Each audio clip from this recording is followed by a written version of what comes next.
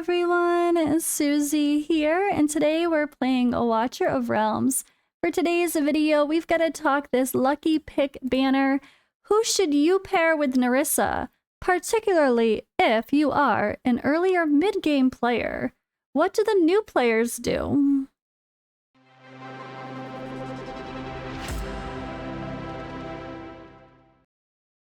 Alright, so this video is assuming that you do not have all the best options. Maybe you don't have Praetus and Ingrid, or Sun Wukong and Kagiri, or everything else that makes the end game content easy. We're not going to talk about the end game. We're going to talk about getting to the end game for this video. This video is for the newer players, the early, the mid-game players.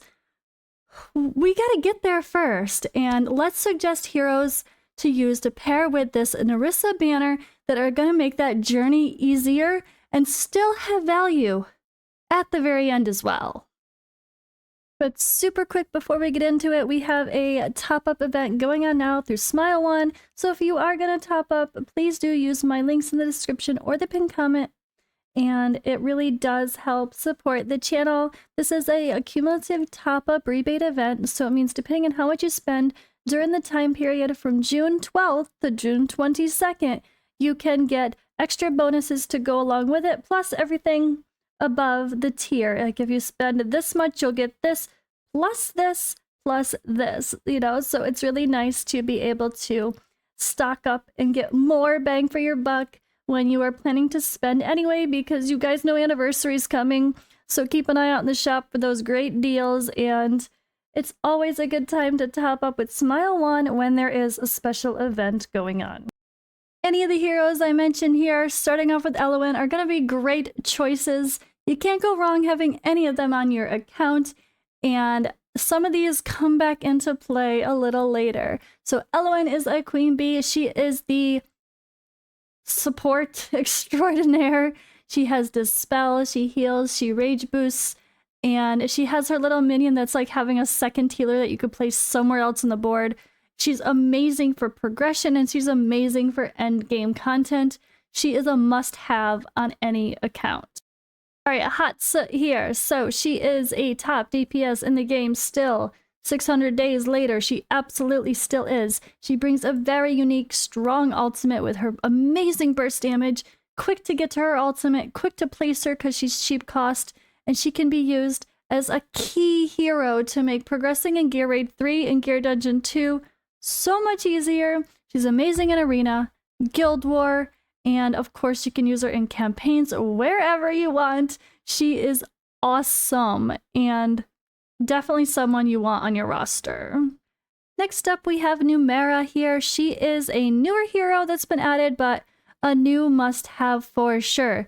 Not only if you're just worried about the poison meta, which is obviously she is necessary for. She is the person that makes the big poison damage possible. She's a solo DPS queen too. What I mean by that is if you have her as a bonus DPS in another team where you don't have a Piercer or an Esotericus Lord to go with her, she still can hold her own and be a top tier damage option compared to many others that might be part of the associated faction. So she's a fighter, she deals magic damage, she has amazing range. All of that is also going to make her good for campaign progression, for Void Rift, for many dungeons, not just for the idea of using in a poison comp against bosses. She's actually quite versatile.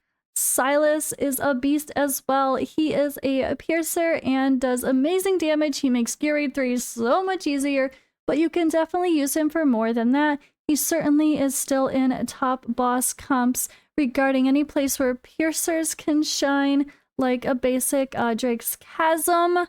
He's fun.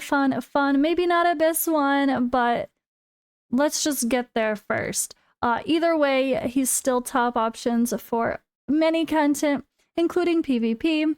He also has this bond pair with Vierna, and you really need Vierna in your roster, not on the same team, just in the roster. You have to have pulled her in order to make Silas good.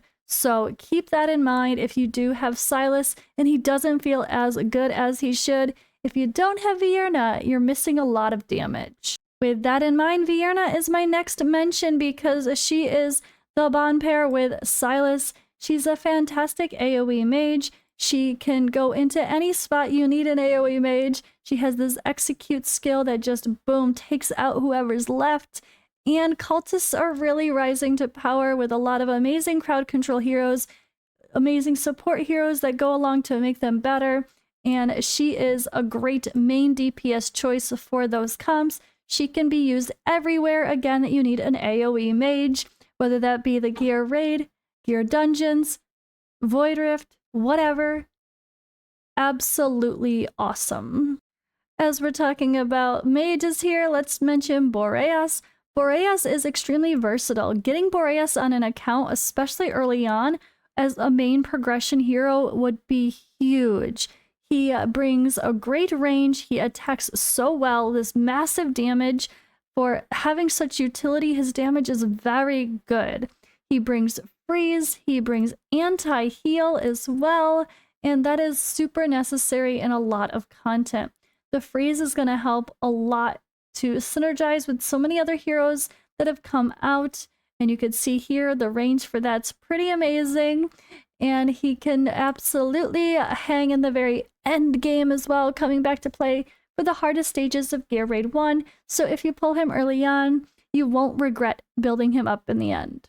Hex is another must-have. He's so fun and such a good hero. He does a ton of magic damage. He's a marksman with great range.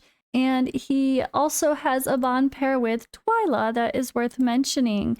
He barely becomes better at Awaken 3, and he has a great exclusive artifact, that book right there, that really improves his damage. But even without those things, you can definitely use him in a lot of content, especially boss content. He is Infernal and Piercer, which are certainly still very prevalent in content. Twyla, as mentioned, is his bond pair, and she's absolutely must-have on accounts, unless you have a maxed out Sun Wukong and Kigiri, and she has gotten pushed aside with your new poison comp with Nastia and all that endgame fancy stuff. Well, if you don't have all that fully built, you're still probably using Twyla in your boss teams. Same thing with Hex and the others are mentioned, because she's also Nightmare. She synergizes so well with them, and she brings a ton of damage. She's a boss killer, and even if you don't have Hex in the same team to get all the other bonuses, she still can absolutely be used, and she has a very strong Awaken 1 that helps give her a ton more damage. So Twyla, I still think, is worthy of a lot of rosters, and you're still going to see her at the top of some of those leaderboards.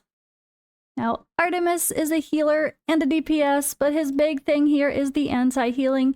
He's probably best in slot for this role for Gear Raid 1 or Gear Dungeon 1, and that's why I'm mentioning him. If you don't have those set already, well, he's probably your option if you can possibly pull him. He brings extra damage, which is super helpful, and he also helps to keep the team alive while bringing that very important, necessary anti-heal, which you can time using the ultimate. So the must-have anti-heal hero if you're looking for best in slot.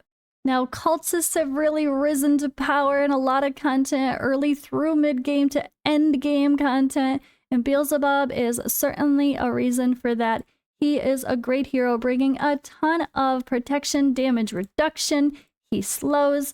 He is an inspiration hero. He is magic vulnerability and a little bit of damage along the way, but not that much. But he is a very integral part in a lot of teams that involve cultists now. So if you are focusing a team around cultists, I would definitely try to get him. However, if you don't have much cultists being used at the moment, he's not a must get, in my opinion. And I have to mention Comet as an OG DPS because he is still one of the best DPS for AoE mage needs, besides like Paratus and Ingrid, which again, this is not a conversation to be had for assuming people have all those heroes. He is very, very good. Just anywhere you need an AoE mage damage, anywhere like the gear dungeons, void rifts, whatever, gear raids. And he's Esotericus, which again, Esotericus are really doing well. We have this poison meta now, but he's solid hero for damage. Arrogance was absolutely one of the best heroes in the game early on, and he has definitely gotten power crept, but that's again because of the big heroes like Lust and Kagiri and Sun Wukong that are all kind of taken over his role. However, you're still going to be extremely happy if you pull an Arrogance early on, and he's going to help you so much with progression. He's a fantastic, amazing range as a fighter, especially with that ultimate here that you can see. He brings burning for damage over time. And yeah, he's going to be a boss killer still. He also pairs with Lust. So if you did happen to get Lust not too long ago, whenever the hell that was, well, it's been a while now. She might be getting power creep too because of Kagiri and Sun Wukong, but personally, I still use her in a lot of my teams that are doing the highest chest damage, so no regrets. I have to personally mention Valk if I'm talking about heroes like this that are amazing for progression and the end game, because she was one of my first heroes and I cannot imagine not having her on my account. When you get her awakened, she increases her range one more time. Her ultimate has amazing AoE damage. She can hit in the air with it, even though it doesn't say that. She can hit behind herself, even though it doesn't show that. And she will be part of endgame viable content, including PvP, along with the Arbiters and Praetus teams too, not just her as a standard fighter role. So I really love Valkyra, and I couldn't have imagined playing without her. All right, we have to mention Vorn. Now, obviously, Numera is much more the priority for the poison team, but he really enables a ton more damage and brings amazing support. He dispels the buffs, and he really does help against enemies with shield. He has a shield break here, and he brings a ton of poisons, 2 different versions, to make a poisoner like Numera do even more damage. So if you have Numera and you don't have a Vorn, absolutely consider having him be the person to pair with Nerissa Banner. And I'm actually going to wrap this up with Yuri because there's a lot of talk and hype still about the idea of Kagiri coming soon. I don't think Kagiri's next based on what I've seen, but whether he's next or not, he'll be coming soon. We know he's scheduled, so maybe it's 1 or 2 limiteds from now. I don't know, but he's scheduled, so he's coming. And she is his bond pair. So this is an important one to mention because she does have that bond skill. And she's also Nightmare and Piercer and a huge, huge help in Piercer teams. Oh my god, she just brings so much support with the defense reduction as well as bringing some solid damage of her own. I really love using her. She's been a huge part of success in a lot of the events that I've randomly done that they've brought for recent holidays and limited characters. Really love her. I'm super surprised at how good she actually is, even at Awakened 0. And she, again, Piercer and Nightmare are 2 very fun factions to play with, and she pairs great with them as a marksman with great range. So I think that's a great spot to wrap it up, guys. Hope this conversation was helpful. Again, don't forget to use my link in the description or pinned comment for Smile 1 if you do decide to spend a while considering all these crazy heroes coming, and I will see you in the next video.